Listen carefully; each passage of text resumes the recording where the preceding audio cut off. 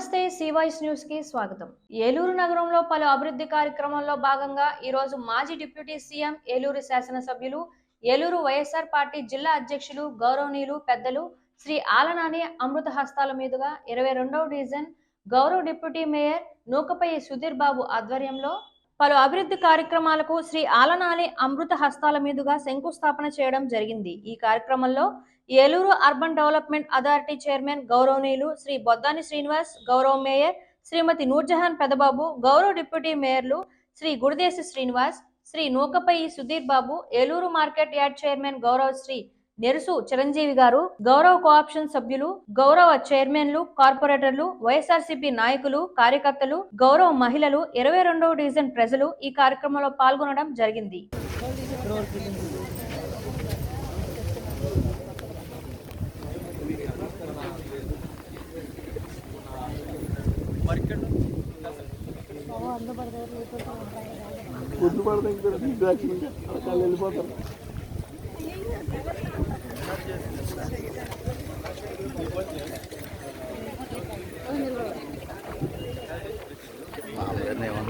Photographer చెప్పలేదు.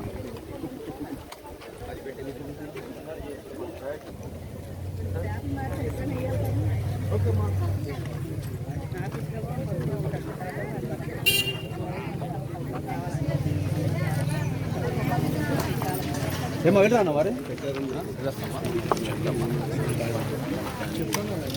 ఈ వార్తలు ఇంతటితో సమాప్తం. నమస్కారం.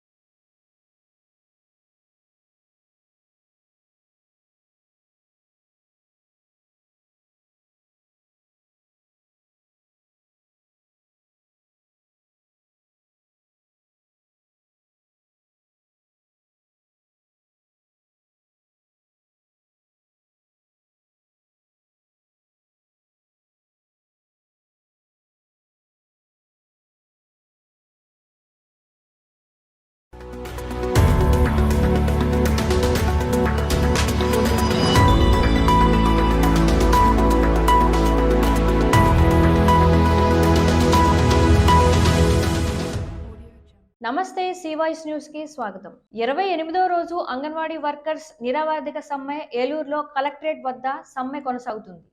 ప్రభుత్వం దిగి వచ్చే వరకు తగ్గేదే లేదు అంటున్న అంగన్వాడీ వర్కర్స్, ప్రభుత్వం మా డిమాండ్స్ ఒప్పుకుని మాకు సహకరిస్తే సహకరిస్తాము, లేదు అంటే రాష్ట్రంలో మేమేంటో వచ్చే ఎలక్షన్ లో ప్రభుత్వానికి తగిన బుద్ధి చెబుతాము అని డిమాండ్ చేశారు. అదేవిధంగా సుప్రీంకోర్టు అత్యున్నత న్యాయస్థానం సుప్రీంకోర్టు ఏదైతే సర్వీస్ జగన్మోహన్ రెడ్డి గారి టీం అని ఆందోళన చేస్తున్నటువంటి పరిస్థితి. ఒక మొండోడిగా ఏలూరు జిల్లా ఏలూరులో అంగన్వాడీల నిరవాధిక సమ్మె 28వ రోజు కొనసాగిస్తున్నారు. ప్రభుత్వం హుకుం జారీ చేసినప్పటికీ కూడా వారి విధులకు వెళ్లకుండా మా హక్కులు మేము పోరాడి తీరుతాం, ప్రాణత్యాగమైన చేస్తామనేది వారు ఈరోజు భారీ ఎత్తున ఏలూరులో చేస్తున్నారు. అయితే దానికి సంబంధించి వారు మాట్లాడినాం. చెప్పండి అమ్మా. నా పేరు అరుణ అండి, ఏలూరు. మరి గత 28 రోజులుగా మేము సమ్మె చేస్తున్నాము. సమ్మె నోటీసు మేము నవంబర్ 20న ఇచ్చాము. మరి సమ్మె నోటీస్ ఇచ్చినప్పుడు సమ్మె మేము చేస్తున్నాం చెప్పినాం. అప్పుడే ఎస్మా చట్టం ఎందుకు ఉపయోగించలేదు? అసలు అత్యవసర సేవలని చెప్పి ఎస్మా చట్టం ఉపయోగిస్తున్నామని చెప్పారు. అసలు అత్యవసర సేవలంటే ఇప్పుడు మేము అత్యవసర సేవలని మేము గుర్తొచ్చాము. కరెక్టే. కానీ మరి మేము చేసే సేవలను గుర్తించి మేము కనీస వేతనం ఉంటుంది, మా కష్టానికి శ్రమకు తగిన ఫలితం పనికి సమాన వేతనం అని చెప్పేసి మేము కనీస వేతనం 26,000 అని చెప్పేసి మేము అడుగుతున్నాము. మా కనీసమైన న్యాయమైన డిమాండ్స్ మీరు 10 డిమాండ్స్ నెరవేర్చామంటున్నారు కదా, అందులో ముఖ్యమైన డిమాండ్ మా కనీస వేతనం 26,000 మేము అడుగుతుంటే మీరు ఆ డిమాండ్ను ఎందుకు మీరు అంగీకరించడం లేదు? 28 రోజుల నుంచి ఇంతమంది ఆడపిల్లలు 1,08,000 మంది రోడ్డు మీద కూర్చుని మేము విధంగా చేస్తున్నామంటే ఒక సీఎం అయి ఉండి అంతమంది మంత్రులు ఉన్నారు, అంతమంది మహిళా మంత్రులు ఉన్నారు, మీరు ఏం చేస్తున్నారు? ప్రజా సమస్యలు మీరు ఏం తీరుస్తున్నారని చెప్పేసి మేము అడుగుతున్నాం. మేము మా పనికి తగ్గ వేతనము అడుగుతున్నాము, అంతేగాని గొంతెమ్మ కోరికలు ఏమీ అడగటం లేదు. మా న్యాయమైన డిమాండ్ ఏమిటి? కనీస వేతనం 26,000 చేయండి అని చెప్తున్నాం. లేదు, మీరు అంత చేయలేకపోతే మేము ఇంత చేయగలము అని చెప్పేసి మాకు సమస్యని పరిష్కరించాలి. కానీ లేక అనేక విధమైన మొన్నటి వరకు 5వ తారీఖున మీరు టెర్మినేట్ చేస్తారని చెప్పారు. 5 అయిపోయింది, ఇప్పుడు 8వ తారీఖు అన్నారు. ఈరోజు సాయంత్రం కల్లా విధుల్లో చేరకపోతే ఉద్యోగాల నుంచి తీసేస్తామంటున్నారు. తీసేయండి, ఉద్యోగాల నుంచి తీసేయండి. మీరు ఏం చేయదలుచుకున్నారో మీరు అన్నీ కూడా చేయండి. ఏదైనా సరే మా ఉద్యమాన్ని మేము విజయవంతంగా సాధించి మేము విధుల్లోకి హాజరవుతామని చెప్పేసి మేము చెప్తున్నాము. మిమ్మల్ని విధుల నుంచి తొలగిస్తే ఇప్పుడున్న పరిస్థితుల్లో ప్రభుత్వం ఒకవేళ అటువంటి నిర్ణయం తీసుకుంటే నెక్స్ట్ స్టెప్ మీరు ఏం చేయబోతారు? మమ్మల్ని తొలగిస్తారు, కరెక్ట్. మమ్మల్ని తొలగించిన తర్వాత మీరు ప్రజాస్వామ్యంలో మీరు ఎలా కొనసాగలుగుతారు? ఇంతమంది మహిళల్ని మీరు ఎలా తీయగలుగుతారు? మహిళల పక్షపాతి అని చెప్తున్నారు. నేను మాట ఇస్తానంటే మడమ తప్పనని చెప్పిన జగనన్న నువ్వు ఇవాళ ఏం చేసావు? ప్రతి ఒక్క కుటుంబంలో కూడా మేమందరం ఉన్నాము. ప్రతి ఒక్క కుటుంబంలో ఆంధ్రప్రదేశ్ ఎన్ని కుటుంబాలు ఉంటే అన్ని కుటుంబాల్లో మేము ఉన్నాము. రాబోయే రోజుల్లో మమ్మల్ని తొలగిస్తే మేము కూడా మిమ్మల్ని తొలగిస్తామని చెప్తున్నాము. అయితే రాష్ట్ర వ్యాప్తంగా జరుగుతున్న ఈ 1,00,000 మంది దాదాపు ఎంప్లాయీస్ ఉంటారు. ఆ 1,00,000 మంది కూడా మమ్మల్ని విధుల నుంచి తొలగిస్తే ప్రభుత్వానికి తగిన బుద్ధి చెప్తాము, ప్రభుత్వాన్ని మేము ఏ విధంగా గద్దె దించాలనేది కూడా మేము ఆలోచిస్తున్నాం అనేది వారి మాటలు విన్నాం. కెమెరామెన్ వంశీతో స్వామి, CYS ఏలూరు. ఈ వార్తలు ఇంతటితో సమాప్తం. నమస్కారం.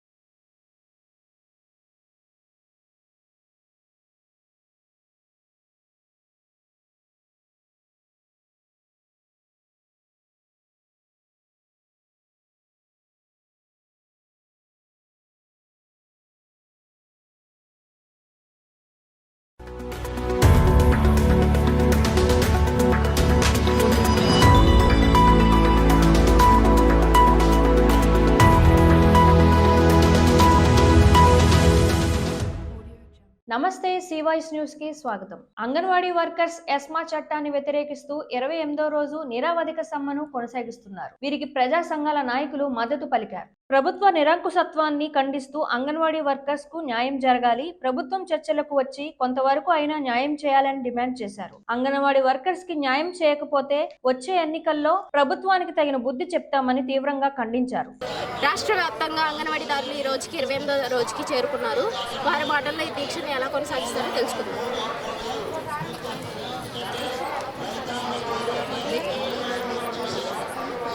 మేము ప్రత్యేకమైన డిమాండ్లు అంటూ 3 పెట్టుకున్నామండి. మాకు మెయిన్ 11 పెట్టినా కానీ మా 11లో సీఎం గారు 9 అంగీకరిస్తున్నారు. మాకు కావాల్సింది కనీస వేతనం అండి.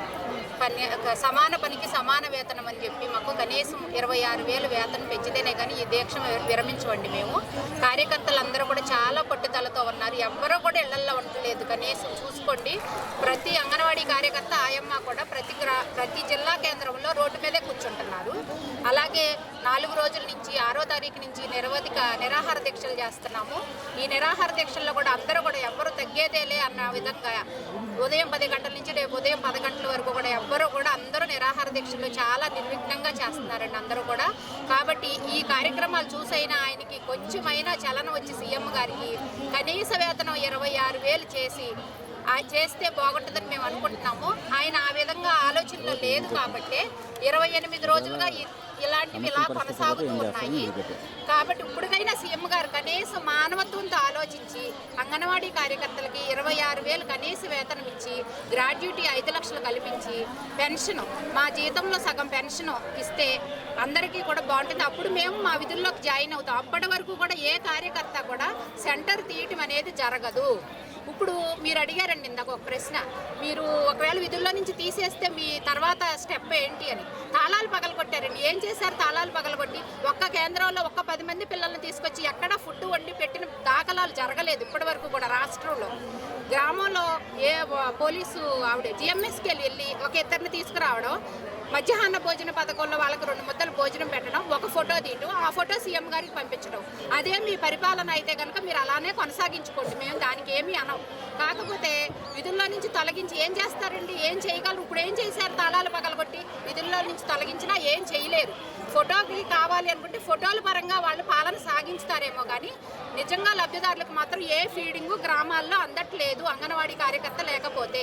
ఇది దృష్టిలో పెట్టుకుని అత్యవసర విభాగం అంటున్నారు కాబట్టి ఇది దృష్టిలో పెట్టుకుని ఎంత త్వరగా దీన్ని పరిష్కరించగలిగితే అంత మంచిదని సీఎం గారికి చెప్తున్నాం. ఆయన ఒకవేళ పరిష్కరించిన పక్షంలో వెంటనే ఆయనకి టైం ఉంది, మాకు ఒక టైం వస్తుంది కదా. మాకు టైం వచ్చినప్పుడు అప్పుడు ఆయనకి మేము ఎలా బుద్ధి చెప్పాలో అలా బుద్ధి చెప్తామండి.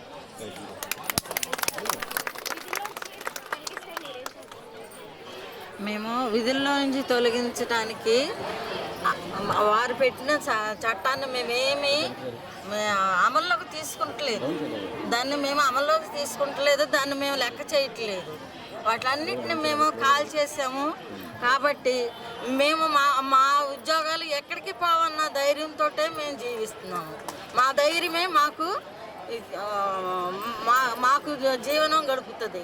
మేము ఇవ్వమన్నాయి ఇస్తే మేము సక్రంగా కనీస వేతనాలు మాకు ఇస్తే మేము సక్రంగా మా విధుల్లో మేము చేసుకుని, మా పనులు మేము చేసుకుని, మా గ్రామంలో మేము చక్కగా నెరవేర్చడానికి సిద్ధంగా ఉన్నాము.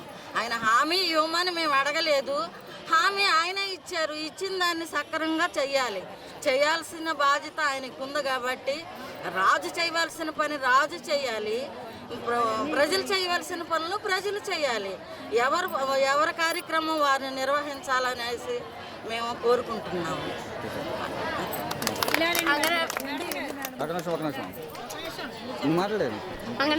అంగన్వాడీదారుల మాటలను మనం విన్నాము. సీఎం ప్రభుత్వ ఆదేశాలను మేము ఉల్లంఘించము, వారు చెప్పిన విధంగానే చేస్తాం. కాకపోతే మాకు రావాల్సింది మాకు రావాలని చెప్పి వారు కోరుకుంటున్నారు. కెమెరామెన్ వంశీతో ఆశా, సి వాయిస్. ఈ వార్తలు ఇంతటితో సమాప్తం. నమస్కారం.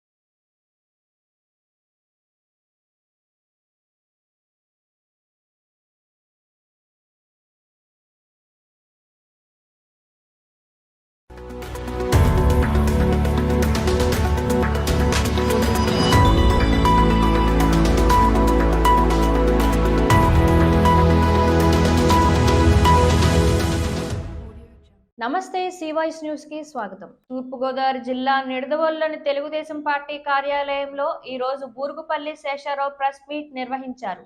ఈ సందర్భంగా బూరుగుపల్లి శేషారావు మాట్లాడుతూ రాష్ట్రంలో ప్రస్తుత పరిస్థితులను బట్టి జగన్మోహన్ రెడ్డి చేస్తున్న అరాచకాన్ని ఎండగట్టాలని అన్నారు. ఈ కార్యక్రమంలో బూరుగుపల్లి శేషారావుతో పాటు నిడదవోలు పట్టణ అధ్యక్షులు కొమ్మిన వెంకటేశ్వరరావు, సెక్రటరీ తిరుపతి సత్యనారాయణ, కౌన్సిలర్ కారింగి నాగేశ్వరరావు, తెలుగుదేశం నాయకులు, కార్యకర్తలు, అభిమానులు పాల్గొన్నారు. ఉరితాళ్లు తగిలించారు. యువతకి మరి ఉపాధి అవకాశాలు లేకుండా చేసి వాళ్ళ భవిష్యత్తుని అంధకారంలో ముంచారు. రాష్ట్రాన్ని విధ్వంసం వైపు ప్రజావేదికలు అవి కూల్చి మొదలుపెట్టినటువంటి విధ్వంసం, మరో ప్రక్కన ప్రజలందరినీ కూడా మరి అరాచకం పేరుతోటి పీల్చి పిప్పి చేస్తున్నటువంటి పరిస్థితులు. ఇలా చూస్తే ఈ జగన్మోహన్ రెడ్డి గారి పాలన ఎంత దౌర్భాగ్య స్థితిలో ఉందో మనం అందరం అర్థం చేసుకోవచ్చు. ఇవాళ రైతాంగం పరిస్థితి చూడండి. రైతాంగానికి సహకరించినటువంటి నాదుడు లేడు, సహకరించినటువంటి నాదుడు లేడు సరికదా. వాళ్ళు కష్టపడి ఏదో రకంగా పంటని పండిద్దామని అంటే ఓ ప్రక్కన ఇరిగేషన్ సదుపాయాలు లేవు, ఇరిగేషన్లో ఉన్నటువంటి కనీస పూడికలను కూడా తొలగించలేనటువంటి పరిస్థితి. మరో ప్రక్కన డ్రైనేజ్ వ్యవస్థని ప్రక్షాళన చేయలేనటువంటి పరిస్థితి. ఇంకో ప్రక్కన కొత్తగా ఉన్నటువంటి ప్రాజెక్టులన్నింటినీ నిర్వీర్యం చేసినటువంటి పరిస్థితి. ఇదే కాదు, హార్టికల్చర్ కానీ సెరికల్చర్ కానీ వాళ్ళకి రావాల్సినటువంటి ఏదైతే డ్రిప్ ఇరిగేషను లేదా స్ప్రింక్లింగు ఇలాంటి విధానాలు ఉన్నాయో వాటన్నిటికీ ఏ విధమైనటువంటి సహకారం అందించినటువంటి పరిస్థితి. ఇది రాష్ట్రంలో రైతాంగం పరిస్థితి. దీంతో మరి రైతాంగం ఎలాంటి స్థితిలో ఉన్నారయ్యా అంటే, ఇవాళ భారతదేశంలో మన రైతాంగం భారతదేశం మొత్తం మీద మన ఆంధ్రప్రదేశ్ రైతాంగానికి ఒక కౌలు రైతాంగానికి రెండవ ర్యాంక్ వచ్చింది. కౌలు రైతాంగానికి రెండవ ర్యాంక్ వచ్చింది. అదేంటంటే ఆత్మహత్యల పేరుతోటి రెండో ర్యాంకు. అంటే భారతదేశంలో రెండో స్థానంలో మనం ఉన్నాం. అలాగే ఎవరైతే సొంతంగా వ్యవసాయం చేసేటటువంటి రైతాంగం ఉన్నారో వాళ్ళందరూ మూడో స్థానంలో ఉన్నారు. మొట్టమొదటి స్థానం కూడా మందే. ఇంకొక దాంట్లో రైతాంగానికి ఏంటంటే ఎక్కువ అప్పులు కలిగినటువంటి రైతాంగం ఎవరున్నారయ్యా అంటే భారతదేశంలో మొట్టమొదటి స్థానంలో ఉన్నది ఆంధ్రప్రదేశ్. ఇది మన దౌర్భాగ్య స్థితి, మన పాలన స్థితి గతులు. ఇవాళ చూస్తే అది అయిపోయింది. రైతాంగాన్ని మంట కలిపారు. మరో ప్రక్కన యువత భవిష్యత్తు, మనకు పుట్టినటువంటి బిడ్డలు బంగారు భవిష్యత్తుతో ఉండాలి, మన బిడ్డలందరూ బాగుండాలని ఏ కుటుంబం తల్లిదండ్రులైనా నాయకులైనా హితులైనా కోరుకుంటారు. ఇవాళ ఈ రాష్ట్రంలో ఉన్నది చూడండి. ఈ జగన్మోహన్ రెడ్డి గారి వల్ల మన యువత భవిష్యత్తు ఎక్కడ అగమ్య గోచరం అయిపోయిందో అన్నది మీరందరూ కూడా ఆలోచించుకోవాలి. యువత ఈవేళ ఒక సాఫ్ట్వేర్ కంపెనీ రాలేదు, ఒక హార్డ్వేర్ కంపెనీ రాలేదు, ఒక ఆటోమొబైల్ ఇండస్ట్రీ రాలేదు, అలాగే వేరే వ్యాపారాలు ఏమీ లేవు. ఇలాంటి పరిస్థితుల్లో యువత మరి ముసలి వాళ్ళకంటే అన్యాయంగా రోడ్డున పడిపోయేటటువంటి పరిస్థితి వస్తే మనం దీని మీద కూడా అందరం కూడా స్పందించవలసినటువంటి అవసరం ఉంది. ఈవేళ రాష్ట్రంలో ఆవేళ గెలవగానే ఒక్కటే చెప్పాడు ఆయన పెద్ద మనిషి. ఏం మాట్లాడాడు? నేను వెంటనే ఏదైతే పోలవరాన్ని పూర్తి చేస్తానని చెప్పాడు. ఓ ప్రక్కన స్పెషల్ స్టేటస్ కేంద్రం మెడలు ఉంచి తీసుకొస్తానని చెప్పాడు. ఎక్కడైనా జరిగిందా అన్నది మనం అందరం చూసుకోవాల్సినటువంటి అవసరం ఉంది.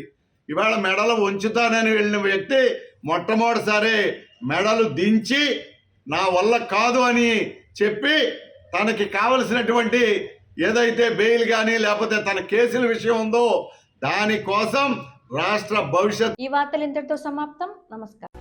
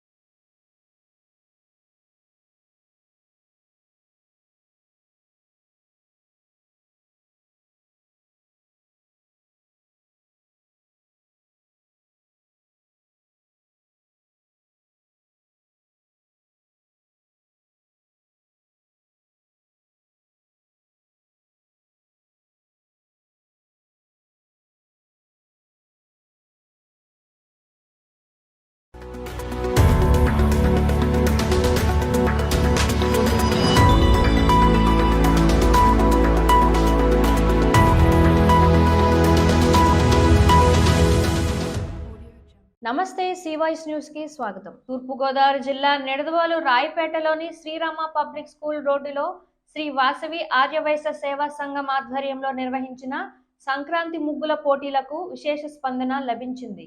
ఈ కార్యక్రమంలో 58 మంది మహిళలు పాల్గొని సంక్రాంతి ముగ్గుల పోటీలకు పోటీ పడ్డారు. ఈ కార్యక్రమానికి ముఖ్య అతిథులుగా సంఘ వ్యవస్థాపక అధ్యక్షులు కేదారిశెట్టి వెంకటేశ్వరరావు, కౌన్సిలర్లు మొదలవలస నాగమణి, కొత్తపల్లి సుప్రియలు విచ్చేసి గెలుపొందిన విజేతలకు బహుమతుల ప్రదానోత్సవం చేశారు. సిఎంఆర్ జ్యువెలరీ మరియు మజా డ్రింక్ ప్రమోషన్ లో భాగంగా వారి ఆర్థిక సహకారంతో ప్రథమ, ద్వితీయ, తృతీయ బహుమతులతో పాటు 4గురికి కన్సోలేషన్ బహుమతులు పాల్గొన్న మహిళలందరికీ పార్టిసిపేషన్ బహుమతులను అందజేశారు. ఈ కార్యక్రమంలో శ్రీ వాసవి ఆర్యవైశ్య సంఘం అధ్యక్షులు కేదారిశెట్టి రవికుమార్, కార్యదర్శి కేదారిశెట్టి నెహ్రూ, ట్రెజరర్ వలివేటి సుబ్బారావు, మహిళా విభాగ ప్రెసిడెంట్ కేదారిశెట్టి పద్మిని, కార్యదర్శి కేదారిశెట్టి సునీత, ట్రెజరర్ జయవరపు లక్ష్మీ సుబ్రత, కేదారిశెట్టి శ్రీహరికుమార్, కంకిపాటి వెంకటేశ్వరరావు, కేదారిశెట్టి కాశీ విశ్వనాథం, యువివి సత్యనారాయణ, జయవరపు సత్యనారాయణ, కేదారిశెట్టి లక్ష్మి, జయవరపు మాణిక్యాలరావు, నూలు సురేష్, పెనుగొండ ప్రభాకర్ రావు, కేదారిశెట్టి దుర్గా, పెనుగొండ రజని, కేదారిశెట్టి బేబీ పద్మావతి, పెనుగొండ సూర్యకళ, కొత్త గీత, వలివేటి వాణి, బచ్చు శర్వాణి మరియు ఆర్యవైశ్య సంఘ సభ్యులు తదితరులు పాల్గొన్నారు.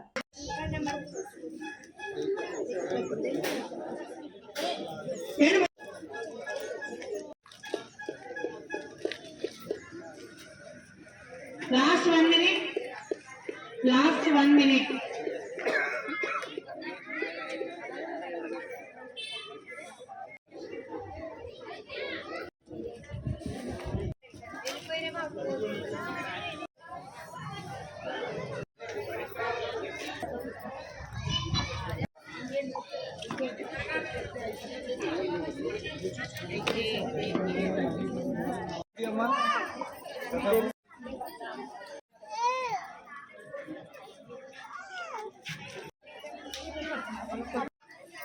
చూడండి ముగ్గులే ఇటు అయిపోయింది.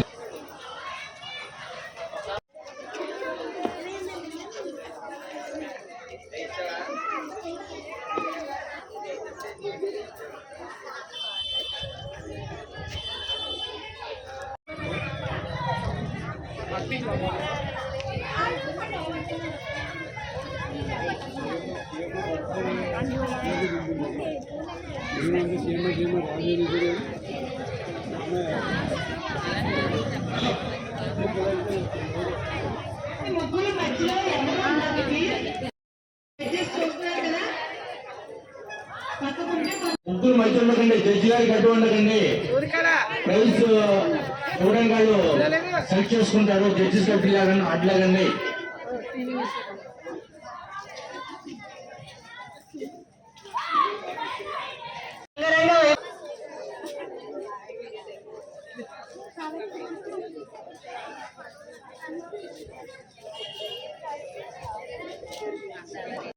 కేటాయించి మీ జడ్జిమెంట్ మాకు అందించినందుకు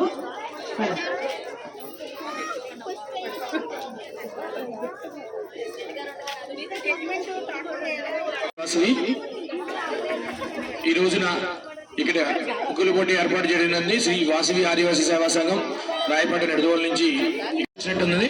మరి సంక్రాంతిలో ఎవరింట్లో వాళ్ళందరూ కూడా వాళ్ళ ఫ్యామిలీ మెంబర్స్ తో గడిపడం గురించి ఆ టైంలో మనం పెడితే కార్యక్రమానికి ఎవరు రారనే ఉద్దేశంతో మేము ఈ రోజు పెట్టడం చేసిన అందరూ కూడా 48 మంది పార్టిసిపేషన్స్ పెట్టారు.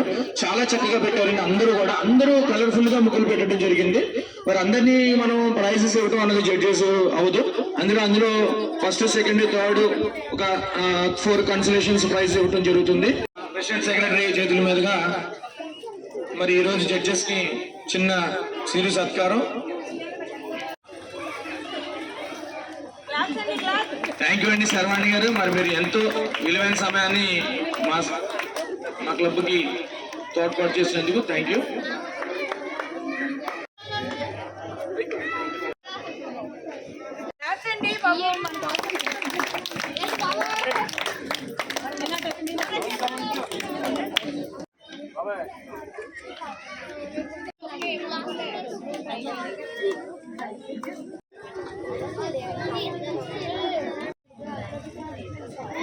మరి అందరూ గట్టిగా చెప్పట్లు.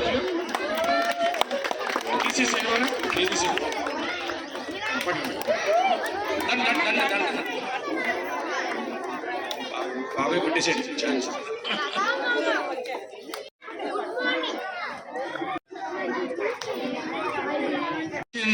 బహుమతి మరి వై సుజాత, గట్టిగా ఎవరు వై సుజాత 16 కంగ్రాట్స్ రా.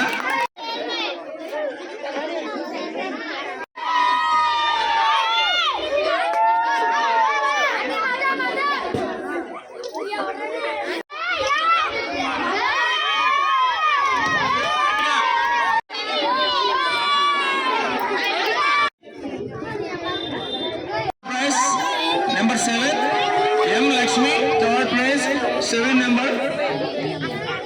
Congratulations, madam.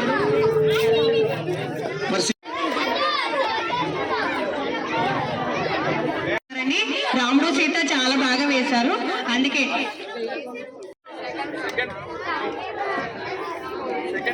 Second prize by Sadalakshmi. Second prize by Sadalakshmi గారు సీతారాముల వారు వేశారండి, చాలా బాగా వేశారు. వై సదాలక్ష్మి ఎవరు ఉన్నట్టుగా అండి. చాలా సన్నగా ఉన్నావు, చాలా బరువుగా ఉందమ్మా. Okay, congrats.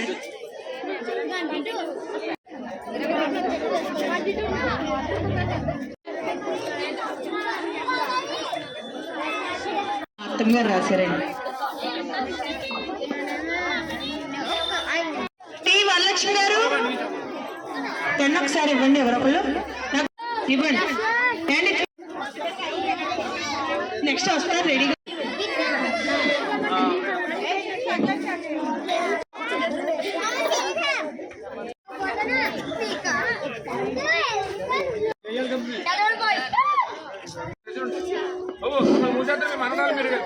అమ్మకు వచ్చి వెనకరారు బంగారం.